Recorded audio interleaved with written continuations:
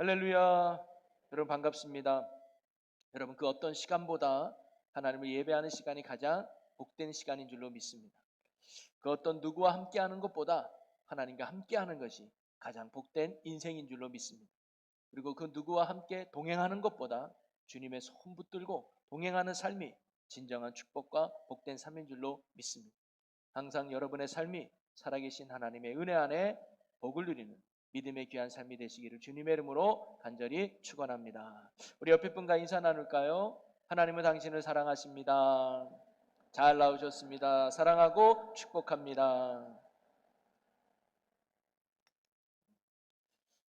오늘 집사님이 봉독해준 본문을 가지고 예수님 손에 들린 오병이어라는 제목으로 말씀을 나누고자 하는데요. 사실 오늘 본문은 지난주 본문과 동일하죠. 여러분 지난주 설교 제목 혹시 기억나십니까? 기억나도 대답 안 해도 됩니다. 우리 제일교회 성도들은 다 겸손해서 알지만 아는 척하지 않는 겸손한 분들인 거 알고 계셔요? 지난주는 더 다 배불리 먹이신 예수님이라는 제목으로 말씀을 나눴는데요. 사실 예수님의 기적 속에는요, 항상 세 가지를 가르쳐 주십니다. 첫째는 예수님이 누군지를 보여주는 거예요. 두 번째는 우리가 누군지를 가르쳐 줍니다. 소위 우리는 구원이 필요한 존재고 예수님은 구원자임을 보여주는 거예요. 그리고 세 번째는 어떻게 하면 구원이 필요한 우리가 구원자 되시는 예수 그리스도를 통해서 구원을 얻을 수 있는가를 보여주는 것이 예수님이 행하신 기적 속에 담겨져 있죠. 여러분 오늘 우리가 살펴보는 오병이어도 마찬가지입니다. 이 오병이어를 통해서 먼저 우리가 어떤 존재이며 예수님은 우리에게 어떤 분인가를 가르쳐주는 것이 오병이어 사건이죠. 그래서 그걸 지난주에 나눠보았잖아요. 우리는 어떤 존재예요? 빈들에서 저녁까지 아무것도 먹지 못해서 쫄딱 굶은 무리들이 오늘 우리들이란 말이에요. 뭘 해도 배고프고 뭘 해도 목마르고 참 만족을 잃어버리며 인생의 문조 속에 살아가는 심히 불쌍한 영혼이 구원받지 못한 저와 여러분들입니다. 또 스스로 아무리 이 문제를 해결하려고 해도 결코 해결할 수 없는 지극히 연약한 존재가 우리들임을 예수님이 이 사건을 통해서 보여주고 있죠. 한마디로 말하면 구원이 필요한 존재가 바로 인간들이라는 겁니다. 그런데 오늘 말씀에 이렇게 배고프고 연약한 그들에게 어떤 역사가 일어났습니까? 구원이 필요한 그들에게 어떤 일이 일어났습니까? 그들 모두가 다 배불리 먹고 12바구니나 차게 거두는 놀라운 역사가 일어나게 됩니다. 그리고 그 중심에 누가 계시는 거예요? 바로 예수님이 계셨다는 거예요. 바로 예수님이 배고픈 그들을 능히 배불리 먹이셨고 연약한 그들을 차고 넘치게 하셨다는 거예요. 바로 예수님만이 우리의 인생을 배부리는 생명의 떡인 줄로 믿습니다. 연약한 우리를 차고 넘치게 하는 진정한 구원자가 되시는 줄로 믿습니다. 자, 그러면 어떻게 하면 우리가 이런 생명 되시는 예수 그리스도로 인하여 배고픈 우리가 배부른 인생이 되고 연약한 우리가 차고 넘치는 축복의 인생이 될 수 있을까요? 오늘 그 해답을 말씀 속에서 함께 나눠보려고 합니다. 먼저 예수님은 그 해답을 이렇게 가르쳐 주셨습니다. 요한복음 6장 35절을 같이 읽어보겠습니다. 시작. 예수께서 이르시되 나는 생명의 떡이니 내게 오는 자는 결코 줄이지 아니할 터이요 나를 믿는 자는 영원히 목마르지 아니하리라. 아멘. 어떤 자가 줄이지 않고 어떤 자가 목마르지 않다라고 가르쳐 줍니다. 예수를 믿고 그분께 나오는 자에게 구원의 역사와 생명의 역사가 일어난다는 거예요. 여러분, 그러면 예수님을 믿는다는 것, 예수님 앞에 나온다는 것은 구체적으로 무엇을 의미할까요? 오늘 말씀 속에서 그 내용을 한번 찾아보려고 합니다. 자, 떡 5개와 물고기 2마리 밖에 없다라고 하는 이 제자들에게 예수님이 뭐라고 말씀하냐면 18절에 이렇게 말합니다. 이르시되 그것을 내게 가져오라 하시고, 그래서 제자들은 이 오병이어를 예수님께 드렸습니다. 그리고 예수님은 그 오병이어를 자기의 손에 들었습니다. 여러분, 저는 여기서 믿음이 무엇인가라는 것을 이렇게 정의하고 싶습니다. 믿음이 뭐냐? 예수님 손에 들려지는 것, 예수님 손에 맡겨지는 것, 그게 믿음인 줄로 믿습니다. 보잘것없고 너무나 연약했던 오병이어이지만 그것을 예수님께 맡기는 것, 그것이 바로 믿음이라는 거예요. 오병이어가 안들의 손에 있을 때는요, 지극히 작은 양밖에 되지 않았습니다. 그러나 그것이 생명이 되시는 예수님의 손에 붙들리니까 5천 명을 먹이고도 12강줄이나 차고 넘치게 하는 생명의 떡이 되었던 것이죠. 여러분, 오늘도 어떤 인생이든 예수님 손에 붙들리면 그 인생에 생명의 기적이 일어나게 될 줄로 믿습니다. 돈밖에 몰랐던 삭개오가 예수님 손에 붙들리니까 이웃을 돕는 사람으로 변화되지 않습니까? 자기의 출세만을 목적으로 삼았던 바울이 예수님께 붙들린 인생이 되니까 나를 넘어 모르는 영혼들까지 복음을 전하는 복음의 사람으로 변화되지 않습니까? 오늘도 수많은 사람들이 예수님 손에 붙들려서 생명의 인생을 살아가는 사람들이 너무나 많습니다. 오늘도 저와 여러분이 생명 되시는 예수님의 손에 붙들려서 생명의 삶을 살아가는 은혜가 일어나기를 주의 이름으로 간절히 축원합니다. 그렇다면 예수님 손에 붙들린 삶이란 구체적으로 무엇일까? 즉 예수님을 믿는 믿음의 삶이란 무엇일까? 저는 오늘 본문에서 두 가지를 함께 찾아보려고 합니다. 첫째는요, 겸손히 믿음이라는 겁니다. 즉 내 힘을 빼고 전적으로 주님을 의지하는 믿음이 예수님께 맡기는 거예요. 여러분, 예수님은요 마을로 가서 먹을 것을 사 먹게 하라는 제자들의 말에 예수님이 뭐라고 대답했느냐? 16절을 다시 한번 볼까요? 예수께서 이르시되 갈 것 없다. 너희가 먹을 것을 주라라고 말합니다. 여러분, 예수님께서 이렇게 말씀하신 이유는 무엇일까요? 이렇게 물은 이유는 뭘까요? 정말 제자들이 먹을 것이 충분히 있었기 때문에 예수님이 이렇게 물으셨을까요? 아니에요. 예수님도 그들이 먹을 것이 없는 걸 알고 계셨습니다. 그런데도 예수님이 이렇게 질문하고 물은 이유가 뭘까요? 그것은 제자들 스스로가 주님, 우리의 힘으로는 절대로 이 무리를 먹일 수가 없습니다라는 것을 깨닫게 하기 위함이었습니다. 자신들의 한계를 깨닫게 하기 위해서 예수님이 이런 질문을 하셨다는 거예요. 왜요? 자신의 한계를 깨달아야, 자신의 무능함을 인정해야 능력 되시는 예수님을 의지할 수 있기 때문입니다. 여러분, 사람이 물에 빠지잖아요. 그럼 바로 건지면 위험하대요. 왜냐? 아직 힘이 넘쳐가지고 괜히 구하러 온 사람 머리끄댕이 잡고 멱살 잡으면 같이 물에 빠져서 허우적거릴 확률이 높대요. 어느 정도 힘이 빠질 때 그때 들어가야 순순히 끌려 나온다는 거예요. 여러분, 창세기 12장에 보면 하나님이 75세 아브라함을 부르는 장면이 나옵니다. 여러분, 75세까지 아이가 없다는 건 그 당시 실패의 인생이에요. 근데 그런 그를 하나님이 부르셔서 내가 너로 큰 민족이 되게 하겠다. 이 말은 뭐예요? 아이를 많이 낳게 해주겠다는 거 아닙니까? 이런 하나님의 말씀에 설렘을 갖고 이 아브라함은 고향 땅을 담대히 떠나 가나안 땅으로 가지 않습니까? 그런데 우리가 알다시피 가자마자 아이를 낳은 게 아니죠. 첫째 아이가 몇 살에 낳습니까? 100세에 낳아요. 가나안 땅에 온 지 25년이나 지나서야 아브라함이 이삭을 낳습니다. 소위 25년 뒤에야 하나님이 약속을 이행하신 거예요. 아니, 왜 가나안 땅에 오자마자 이삭을 낳게 하지 아니하고 25년이 지난 뒤에나 하나님이 약속을 이행하셨을까요? 그것은요, 아브라함이 힘 빠질 때까지 하나님이 기다리셨던 거예요. 그 전까지는요, 아브라함은요 자기의 힘으로 후사를 만들려고 했어요. 그래서 애를 못 낳으니까 자기의 종인 엘리에셀을 후사를 삼으려고 했고요. 그거 하나님이 아니라 그랬습니다. 그래서 자기의 부인인 사라의 몸종인 하가를 통해서 후사를 삼으려고 그랬습니다. 이스마엘을 낳았잖아요. 근데 그것도 하나님이 아니라는 거예요. 자기의 힘으로 후사를 낳으려고 했더니만 매번 실패했어요. 그러다 보니까 나이가 어느덧 99세가 되었습니다. 그때 하나님이 이삭을 낳게 하신 거 아닙니까? 왜 이때서야 하나님이 아브라함에게 이삭을 낳게 하셨을까요? 그 이유가 창세기 17장 3절입니다. 아브라함이 엎드렸더니라는 말이 나와요. 여러분, 이전만 해도요, 아브라함이 하나님께 엎드렸다는 말이 안 나와요. 그런데 여기 가서야 하나님이 아브라함이 하나님 앞에 엎드렸다고 나옵니다. 여러분, 엎드렸다는 말의 의미가 뭐냐면 항복했다는 거예요. 두 손 두 발 다 들었다는 거예요. 사실 그 전까지는 자기의 힘으로 뭔가 해보려고 했어요. 근데 99세가 되니까 이제는 할 수 있는 게 없는 거예요. 그러면서 엎드리면서 이렇게 고백하는 거예요. 하나님, 저는 이제 제 힘으로는 절대로 아이를 가질 수가 없습니다. 제 힘으로는 절대로 후사를 볼 수가 없습니다. 제 힘으로는 절대로 큰 민족을 이룰 수도 없습니다. 그러니 이제 저는 하나님밖에 없습니다라고 하는 내려놓음이 바로 이 아브라함의 고백이었다는 거예요.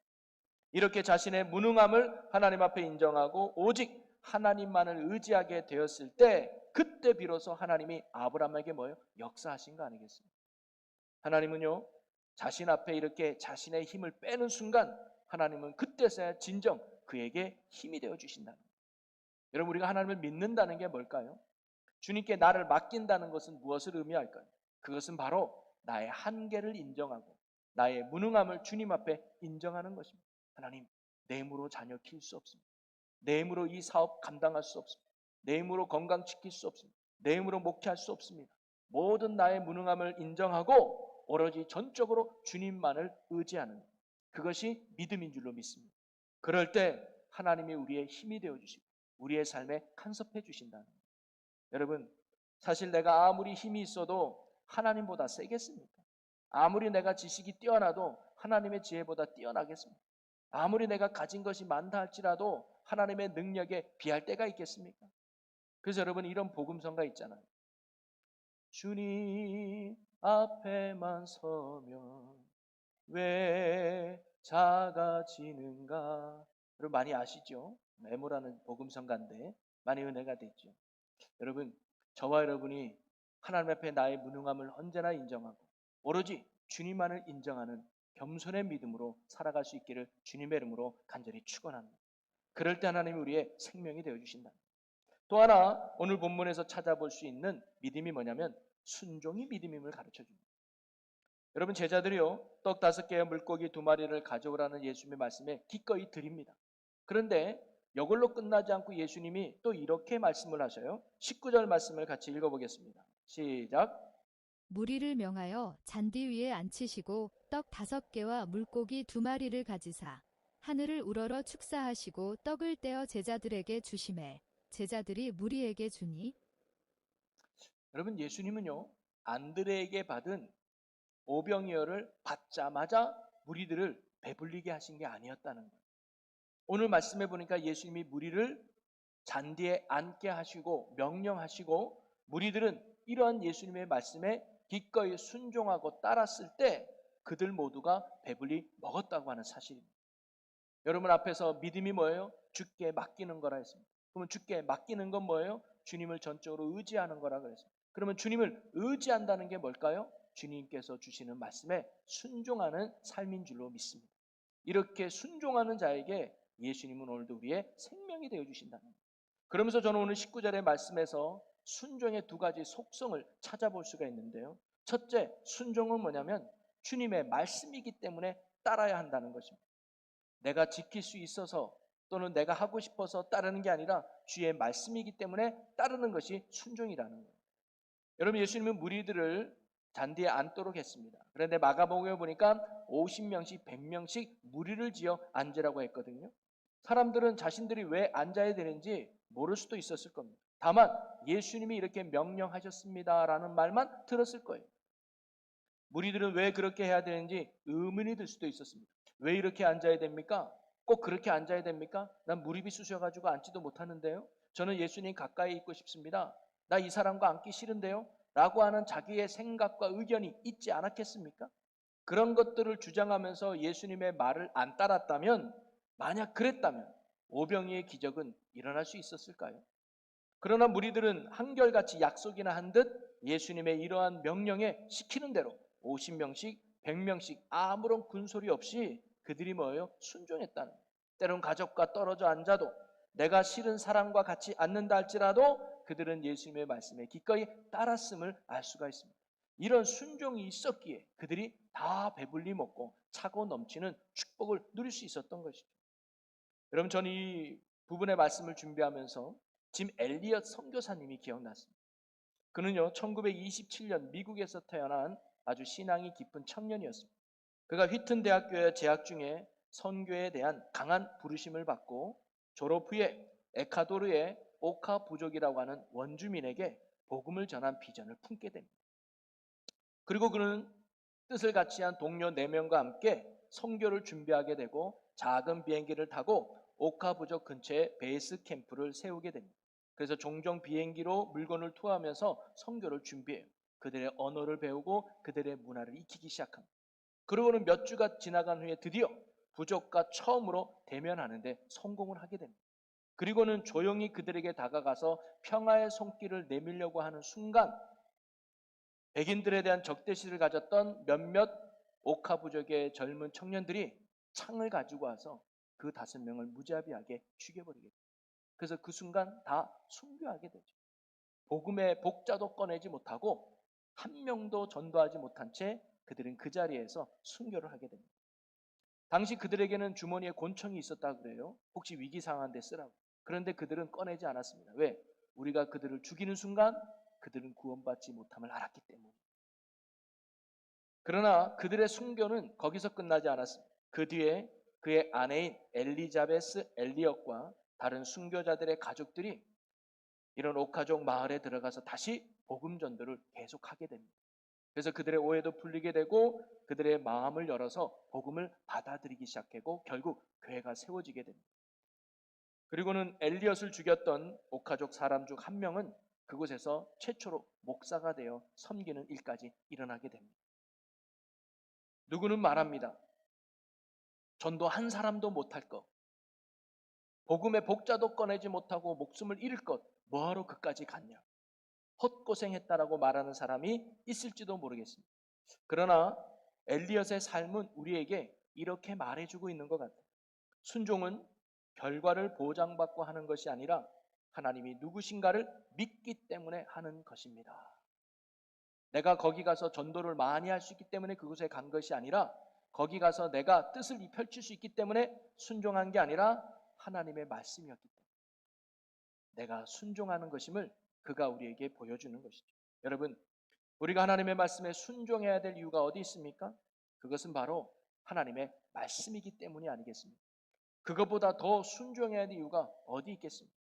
그러니 여러분, 오늘 여러분이 순종해야 될 예수님의 말씀은 무엇입니까? 때로는 이해되지 않아도 납득이 되지 않아도 말씀이게 순종하는 믿음이 우리의 믿음이 되기를 소망합니다. 때로는 힘들어도 어려워도 불편해도 그것이 주님이 원하는 것이기 때문에 기꺼이 순종할 수 있는 믿음이 우리의 믿음이 되었으면 좋겠습니다. 그 믿음에 주님은 생명으로 우리의 삶에 역사해 주시는 것이죠. 그리고 두 번째 순종의 속성은 뭐냐면 주님의 때를 기다리는 것이 순종이라는 거예요. 여러분, 예수님의 명령을 받고 오시면 100명씩 앉았습니다. 그들이 쉬는 사람과 억지로 앉았을 거예요. 그러나 말씀에 순종하며 앉았습니다. 그런데 문제는 그 다음인 것 같아요. 자, 19절 말씀을 다시 한번 읽어볼까요? 시작. 무리를 명하여 잔디 위에 앉히시고 떡 5개와 물고기 2마리를 가지사 하늘을 우러러 축사하시고 떡을 떼어 제자들에게 주시매 제자들이 무리에게 주니. 여러분, 여기서 보니까 떡을 떼어 주다 할 때 이 떼어 주다의 의미 속에는요, 통하여라는 말의 의미가 있습니다. 이 말은 뭐냐면 음식은 누구를 통해서만이 주어졌다는 걸? 예수님을 통해서만이 주어졌다는 거예요. 갑자기 오병이어가요 엄청난 양으로 변화된 게 아니라 예수님이 떡을 떼도 끊이지 않고 계속 이어졌다는 거예요. 그리고 예수님께 제자들이 떡을 받으면 제자들이 무리에게 나눠줬단 말이죠. 이것으로 보면 예수님만이 음식이 나왔는데 그럼 그 많은 사람들이 먹으려면 시간이 꽤 걸리지 않았겠습니까? 먼저 받은 사람도 있고 늦게 받은 사람도 있지 않았겠습니까? 줄을 잘못 선 것 때문에 일찍 배불리 먹고 이를 쑤시고 있는 사람이 있는데 누구는 아직도 배를 골라가면서 배고픔에 허덕이는 사람이 있지 않겠어요? 그러면서 야, 이러다가 내가 빵 못 먹는 거 아니야 초조해서 그 자리를 떴다면 그는 결코 기적에 참여하지 못했을 겁니다. 어린아이까지 포함하면 3만 명 정도 되니까 많은 사람이 마지막까지 먹으려면 꽤 시간이 걸렸을 것 같아요. 그러면서 여기에서 아주 중요한 순종의 원리를 하나 발견할 수 있는데 그게 뭐냐? 믿음은 내가 먹고 싶을 때를 기다리는 것이 아니라 주님이 주실 때를 기다리는 것이라는 겁니다. 주님이 주실 때를 믿고 주님이 주실 때까지 나의 자리를 지켜내는 것, 인내하는 것, 그게 믿음임을 오늘 우리에게 가르쳐 주고 있다는 거예요. 여러분, 우리는 때로 너무 성급한 나머지 하나님이 주신 축복을 놓칠 때가 많아요. 성경에 보면 사울 왕이 대표적인 인물이죠. 블레셋과의 전쟁을 앞두고 제사를 지내기로 했습니다. 근데 사무엘이 늦게 오는 거예요. 초조해요. 그래서 기다리지 못하고 본인이 직접 집내해 버리는 죄를 범하게 됩니다. 그 결과 그는 하나님으로 버림받는 결정적인 이유가 갖게 되는 거죠. 여러분, 혹시 기도 응답이 없다고 기도를 포기하신 분은 안 계십니까? 하나님의 은혜가 없다고 예배의 자리를 소홀하게 여기시는 분은 혹시 안 계십니까?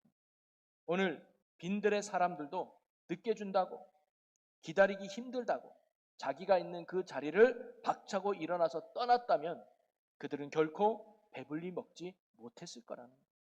여러분, 하나님의 역사는 하나님의 시간표에 따라 진행됨을 믿으시기를 바랍니다.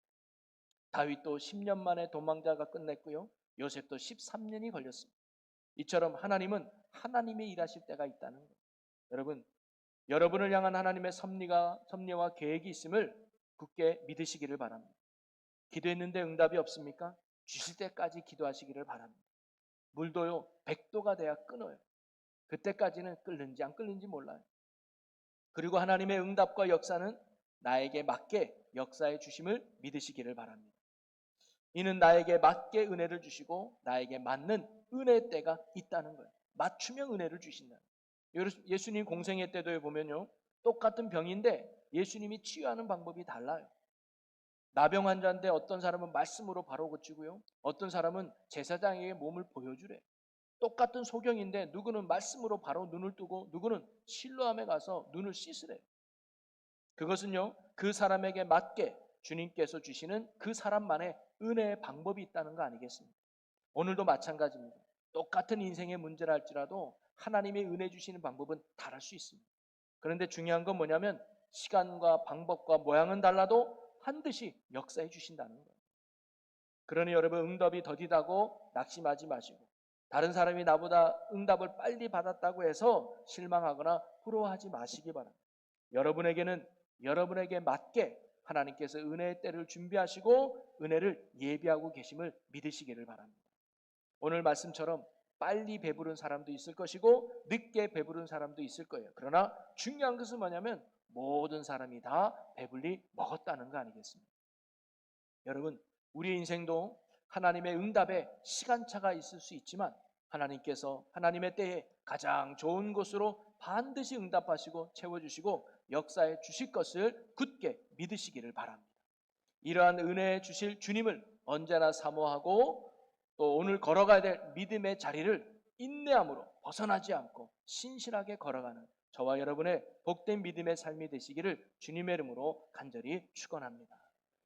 말씀을 정리하겠습니다. 여러분, 오늘 예수님은 어떤 분이에요?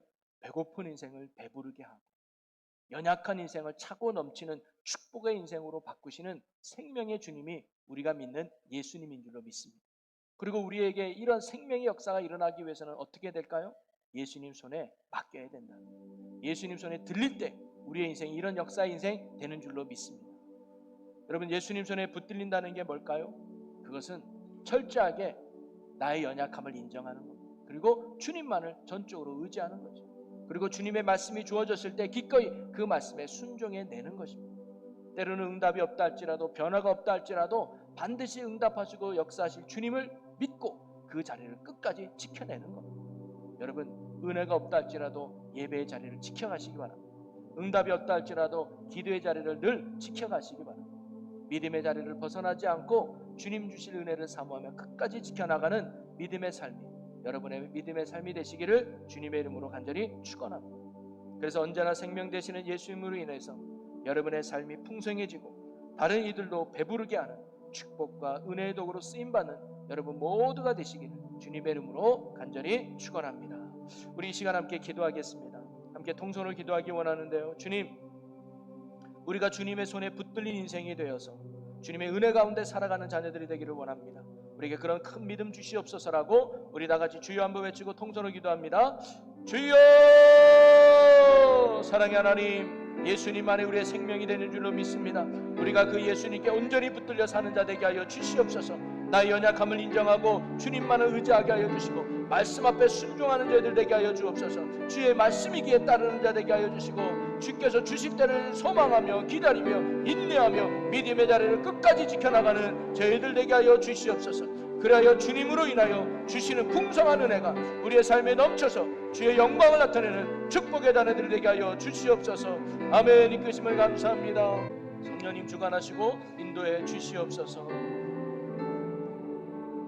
사랑의 하나님, 우리가 언제나 생명 되시는 예수님의 손에 붙들려 사는 인생 되게 하여 주시옵소서. 예수님의 손에 맡기는 인생 되게 하여 주시옵소서.